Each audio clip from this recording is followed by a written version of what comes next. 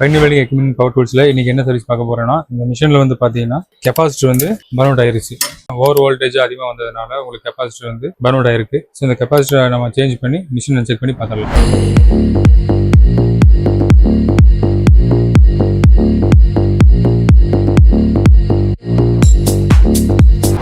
So இப்போ நம்ம வந்து புது கெப்பாசிட்டர் 2 எடுத்துருக்கோம்.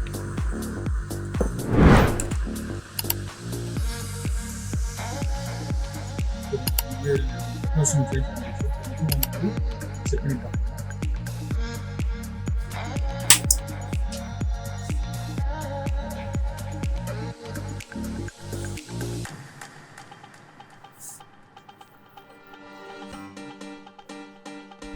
வெல்டிங் அடிச்சு பார்த்துக்கலாம்.